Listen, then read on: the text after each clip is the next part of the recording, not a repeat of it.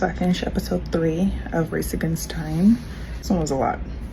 The key points that I took away was just rumors made everything worse. The levees are now broken. The storm is quote unquote over. So they're just trying to figure out what to do with all of these people. Most people at this point are at the Superdome, which is overrun. Like even before the levees broke, it was just too many people. So this made it worse. Current issue is that the toilets just don't work anymore. There's no AC. It's humid. People are literally dead inside of the Superdome, outside of the Superdome. People are using the bathroom just wherever they can, so in the hallways. So it's just not livable. It's biohazard. It's really gross. There is no food or water, so people are trying to survive. So they're just going to the stores. Yes, they're looting, but they're just trying to get food and water because it's not being provided by the government. FEMA is very aware of the situation and they are not doing anything at this point to help. There's no buses coming. This is days after. It's like 3, 4, 5 days after. There are no buses. People are still living in the Superdome, living on the streets, trying to get out of the city. The director of FEMA is in Baton Rouge, living his best life, eating steak, having dinner, having a wait staff, while people are down the road literally suffering. And I think maybe it's not even the mother in me, it's the humanity. But seeing the elderly need their medicine, need care, not getting it, literally dying on the street. The kids have no food or water. There's newborn babies that have no formula, no milk, nothing. And I'm just like, we can't even get a helicopter to just like drop things? Like what? This was not like the 1800s. This was 20 years ago. And people have to like make signs to like wave to say, can anybody help us? I just cannot wrap my head around the whole thing. The basis of this episode was there was just so many rumors that made this process worse. The rumors were there's excessive looting, right? So of course media is gonna say these thugs in the Superdome are looting and have no common sense, which takes away the humanity, right? So it's like, well, do we really want to help them? They don't know how to act. False stories of there's just excessive looting when there is a reason. Media is set up on Canal Street, which is, you know, the tourist area where most of the stores are. So if they have their camera and see the looting, that's an easy story that they have.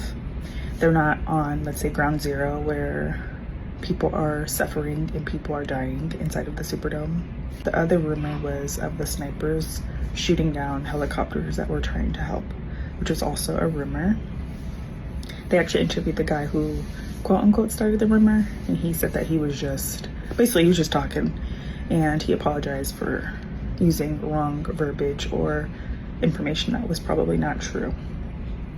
The people inside the Superdome, because they have no electricity, they're using radios. So on the radios, the only information that they're getting is there's looting, there's shooting, there's raping. So, you know, little girls are getting raped and killed. Not true, because those in the Superdome are like, we haven't heard anybody getting killed.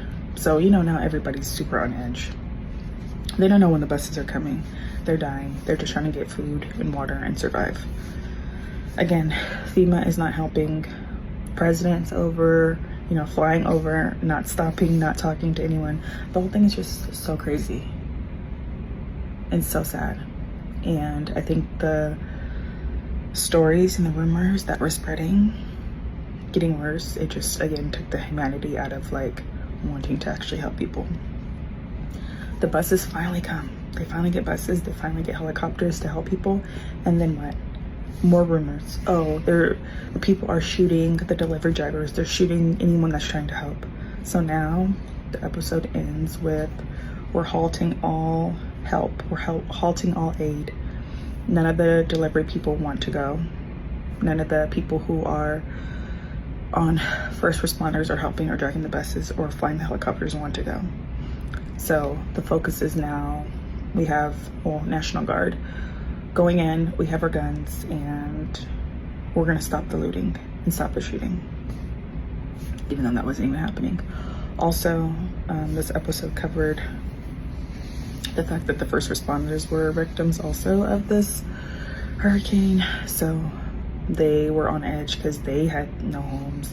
They don't know where their families are, so it made it more personal for them. And they're just tired of, you know, the days on end of no help and no aid. Those who were in the Superdome were not allowed to leave.